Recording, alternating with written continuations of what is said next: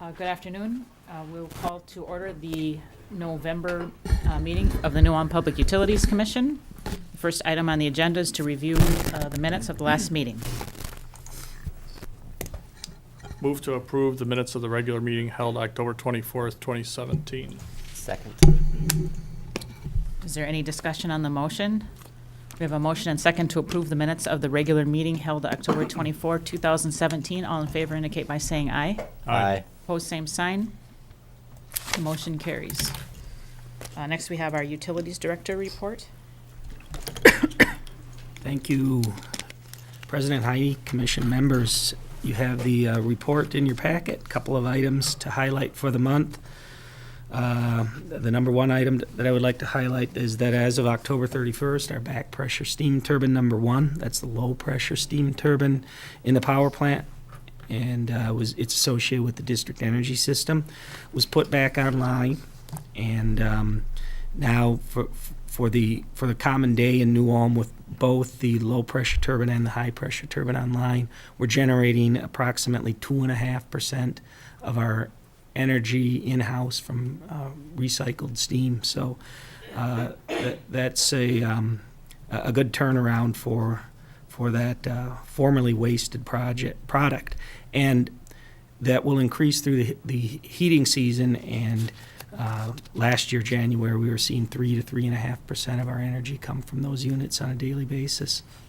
The other item to note, the rebate calendar, the PUC Energy Conservation rebate calendar that's produced jointly with the city and the Chamber of Commerce, was completed last week and put out in the mail towards the end of last week. So I'm expecting that our customers will start to see that arriving in their mailboxes within the next few days if they haven't already. And we want to honor the Employee of the Month at the PUC is Jeff Folkens. That's right. Jeff Folkens is the Assistant Electric Distribution Supervisor. He's been employed with the Public Utilities since 1986. And Jeff always has a positive attitude, and he makes sure that work assignments get completed timely and correctly. He's taking the initiative to learn new things, and he was very helpful with us during the installation of that electric vehicle charging station that went in a couple of months ago. So the great thing about Jeff is he always deals adequately with the planned out events, but he's easy to take on new events that come about unexpectedly, and it doesn't upset his day. So he does a great job for our department, and we're happy to have him as our Employee of the Month.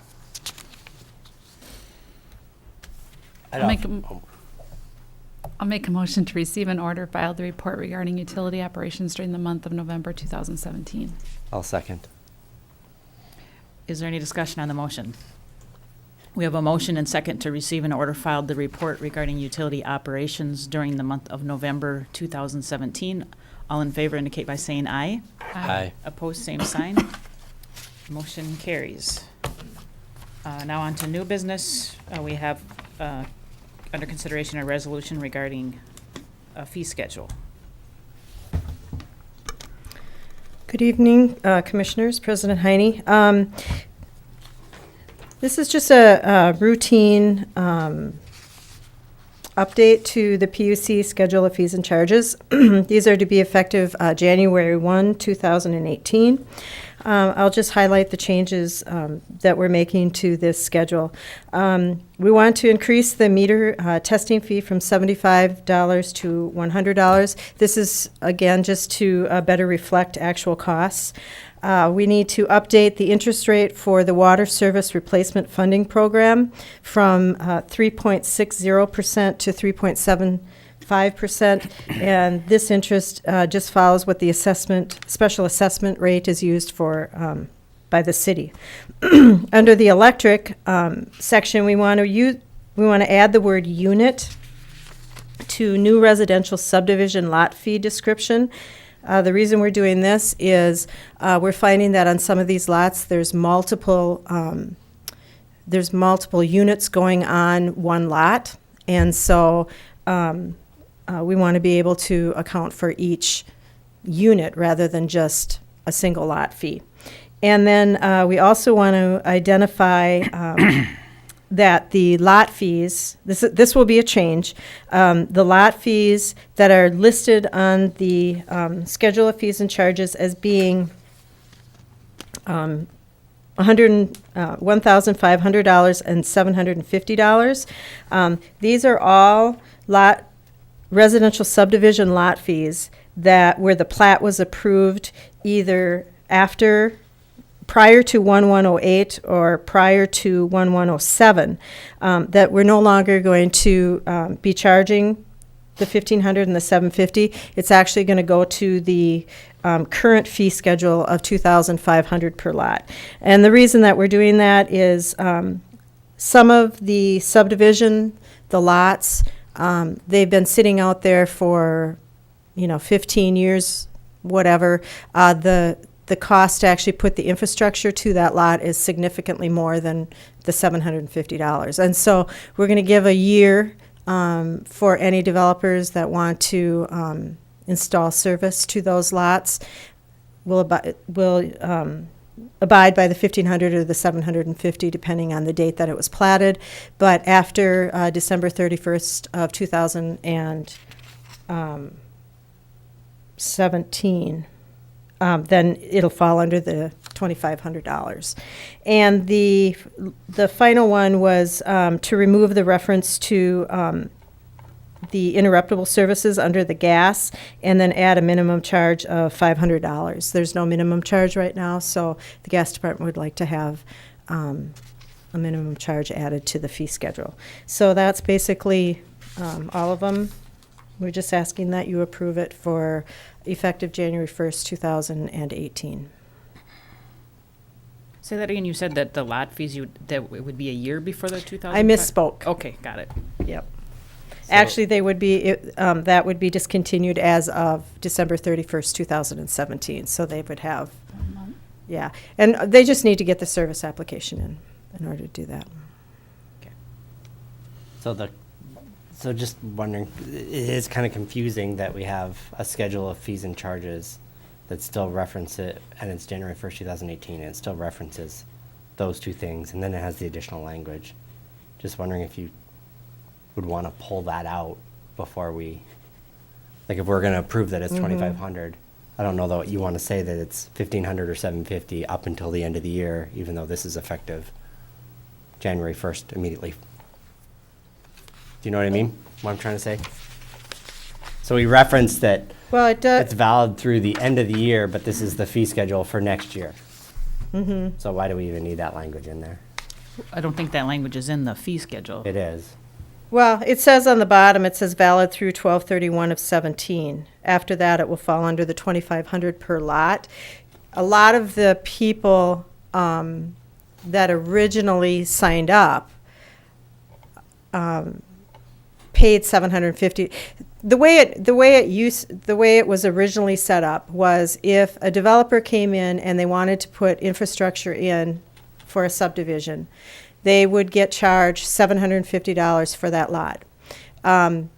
It didn't matter whether we had to run, let's say it starts here and the lot they want to install is at the way end of the subdivision. We'd have to put all of that infrastructure in. They would only pay the $750.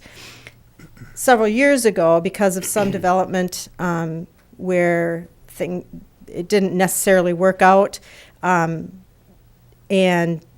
the PUC or the utilities were stuck with some infrastructure charges that never got paid, the decision was made that when a developer came in and they wanted to develop that area, whatever area they were developing, they were going to pay for all of the lots.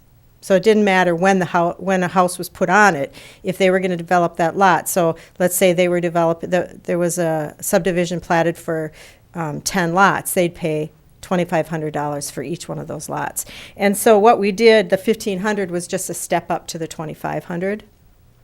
And so that's where the reference is if it's platted after 2007 or platted after 2008. The only other, we certainly can take those out This is the new fee schedule for January 1st. Yeah, it I just, get what January you're 1st, saying. That other stuff is just. It's that's all it just gone. seems misleading. Okay, It's difficult, it reads, it's difficult to read. It's, Okay. I think it's it's good for misleading. the explanation part, but it really doesn't apply because it's effective January 1st. Right. Right, Of so effective January 2017. Stuff is 1st, gone. okay. that there's a 2,500 per lot due prior to installation. Okay, so I'll remove those, and it'll just be the $2,500. That would be my recommendation. Okay.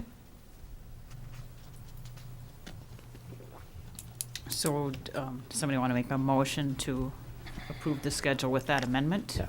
I'll make a motion to adopt a resolution and waive the reading approving the 2018 PUC schedule of fees and charges to be effective January 1st, 2018 with the amendment of the specific reference to the $1,500 and $750 per lot fee that will no longer apply effective January 1st, 2018. Second.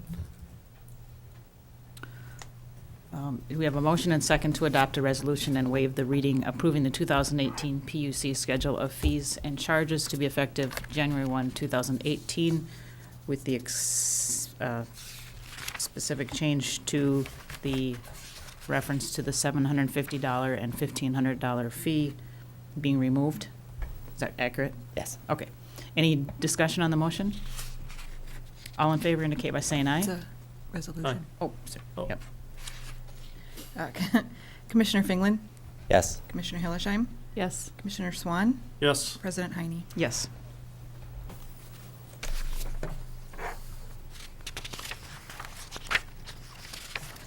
The next item of new business is to receive an update on the BP Energy Company prepay program. Okay. I just wanted to give you an update. At the July 25th PUC Commission meeting, it was authorized that the PU staff should continue to look into taking part in a prepay gas transaction with BP Energy Company. The opportunity involves private investors. They go out and they sell municipal bonds for natural gas, and they can take advantage of the spread between a tax-exempt bond and a private bond. And then the municipal gas utility then gets to share in that savings in the form of discounted price from the index. And so at that meeting, a 20% of average daily load was approved at the level of participation. So at this 20% level of participation, this is going to include some volumes that we currently have committed through the hedging program. And because of that commitment, there's additional step that the utility needs to go through. And that step is to complete the International Swaps and Derivatives Association, the ISDA Master Agreement. And so this is a financial agreement or a financial instrument that it's going to outline all of the terms and conditions that's going to apply to all of the transactions under this scenario. And once this is approved and approved by both of the parties, then any of the future transactions associated with this prepay will not require negotiations, so we can just go through a confirmation process. So it'll just be a confirmation sent, we'll sign it off, it'll come back to us rather than having to do negotiations. And in discussions with the city attorney, they felt that it was important to have this document reviewed by an attorney that is a little bit more familiar with this ISDA. It's kind of a unique document. And so the PUC has decided to join with Austin Utility and Hutchinson Utility to engage Peter Scallion from Duncan, Weinberg, Genzer, and Pembroke. They're out of Washington, D.C. They deal with these type of agreements quite frequently. And what they're going to do is they're going to look at the master agreement and any costs associated with that agreement they estimate is going to be about 30 hours or about $12,000 for review. And that will be split between the three utilities. If there's anything that's unique to either New Ulm or unique to Hutch or Austin, then it will be billed separately to the city. And that is what's attached to this agenda item is the standard terms of engagement for legal services with this legal company. So at this particular point, BP is working on the documents for the contract. We haven't seen it yet. We estimate that that's going to be coming within probably the next month or so. And right now, their estimate for gas flow is March 1st, 2018. Depends on when the contract comes out, whether we'll even be able to make that particular date or not. But I guess this was just to give you an update on where we're at, and then also to authorize, I guess it would be the city manager to sign the legal services agreement with Duncan Weinberg, Genzer, and Pembroke. Okay, I'll move to receive and file an update on the BP Energy Company prepaid gas transaction progress and authorize the city manager to sign the legal services agreement for Duncan Weinberg, Genzer, and Pembroke. I'll second. Any discussion? We have a motion and second to receive and file an update on the BP Energy Company prepaid gas transaction progress and authorize signature by the city manager of the legal services agreement with Duncan Weinberg, Genzer, and Pembroke. All in favor indicate by saying aye. Aye. Opposed, same sign. The motion carries. The next item on the agenda is consider a resolution relating to our arrangement with the Minnesota Valley Action Council for delivery of low-income services. President Heine and commission members, this is an ongoing contract or agreement that we have with the Minnesota Valley Action Council to carry out our low-income program. So back at the November 14th meeting, the Energy Awareness Commission approved of the changes and of the contract and forwarded it on to the PUC for approval. So basically what this is, it's associated with Minnesota Statute 216B.241 and Subdivision 7, the low-income program for energy conservation improvement. And that statute specifies that utilities that furnish electric service must spend 0.2% on of its gross operating revenues from its residential customers on low-income programs. So this partnership enables us to take advantages of the services that MVAC is already providing and streamline the process. It accounts for about $12,500 of the conservation improvement mandated funds that are dedicated to these types of low-income projects. So an overview of the changes to the agreement, and then the draft agreement is attached. Will we recommend directing the city manager to sign this agreement? I'll offer the motion to adopt the resolution and waive the reading approving the agreement between the New Ulm Public Utilities and Minnesota Valley Action Council effective January 1st, 2018 through December 31st, 2018 to deliver low-income measures for 2018 and authorize the city manager to sign the agreement.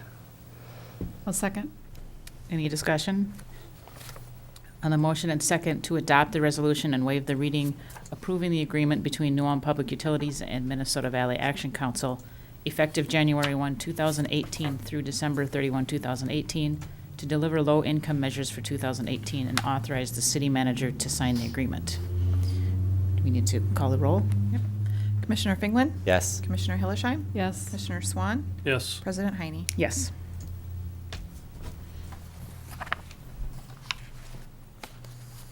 We next have a report regarding the Voice over Internet Protocol phone system. Good afternoon, Commissioners. President Heine. On the November 7th meeting of the City Council, they authorized staff to migrate to a city-owned telephone system with new phone numbers and convert to a new internet domain by the end of the year. The background on this is the service that we currently subscribe to with New Almtel is being discontinued. It's end of life, and this is the end of being able to offer that service. So we're required to change to a new system. We obviously had a few different options for moving forward, and based on our analysis, the cheapest way to move forward for the city and the public utilities was to implement an in-house phone system and to migrate to new phone numbers. There are a number of different options for the phone numbers, and right now we're working through the different possibilities and the different options for what we can get for that. Right now, our phone numbers are kind of spread across the board. We don't have a contiguous block of numbers. We've added our numbers over time, and so it's kind of random. And so we would need to switch to a contiguous block of numbers.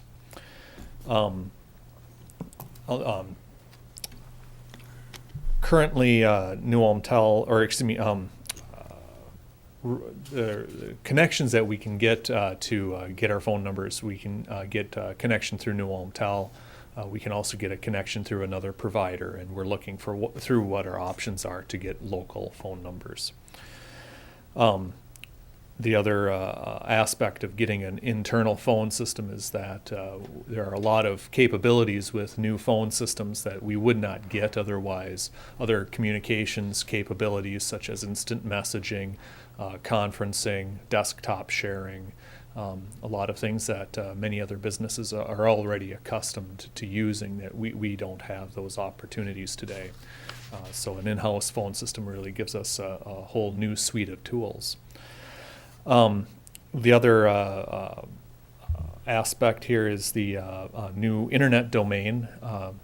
As you know, our internet domain is ci.new-alm.mn.us. And every time that you give that out over the phone, it takes a considerable amount of time, especially if you happen to have a very New Ulm first and last name. The example given here, you can see our email addresses can grow to be very long, and verbal communication of that is difficult.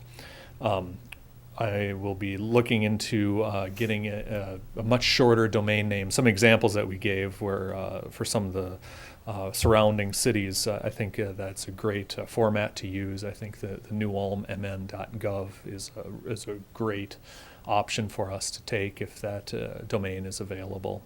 We'll also work on changing everyone's or adding to everyone's email addresses so that they don't have to have the entire name, first dot last name. The old addresses won't go away. Our old website address won't go away. They will continue to operate, but our primary will be the new domain as we get that.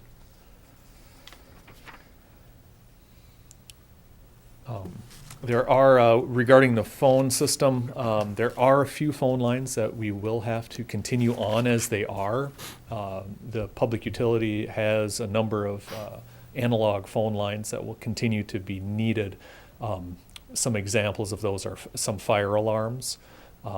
Other examples are we have analog communications for control equipment, and a few places where we still use dial-up modems. And those will need to continue on with the existing phone lines. We also have phone lines in buildings that are remote. So some examples are like the 20th Street lift station. We don't have a data network out there, and so we would need to continue to have any place where there's staff working. You need to be able to call 911 or call emergency personnel. So we have a few phone lines that will continue on with the way that they are today, but we'll be migrating the majority of them over to the new phone system. So if there's any questions, I'd be happy to answer them. I'll offer the motion to receive and order file the report on voice over internet protocol phone system. I'll second. Any discussion? On the motion and second to receive and order filed the report on voice over internet protocol phone system, all in favor indicate by saying aye. Aye. Opposed, same sign. And motion carries.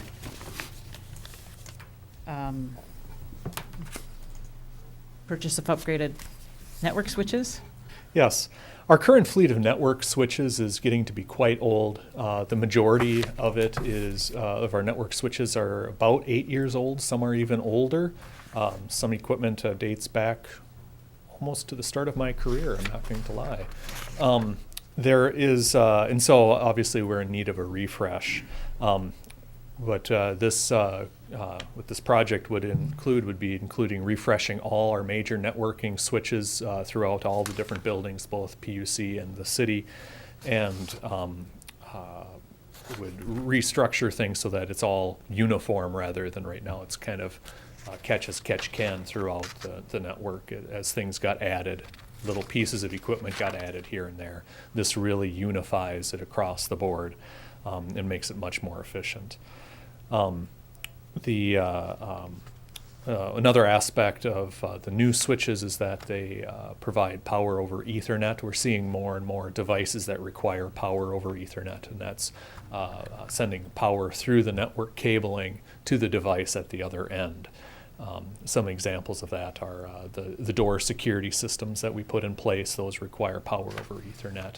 Security cameras are another example, and actually the voice over IP phones are another area that would use the power over Ethernet. I did receive 3 quotes from vendors, although only one had the labor aspect on it. We did get the other vendors did eventually submit quotes after we submitted this for the agenda. The one that was included here for your approval was the lowest bid.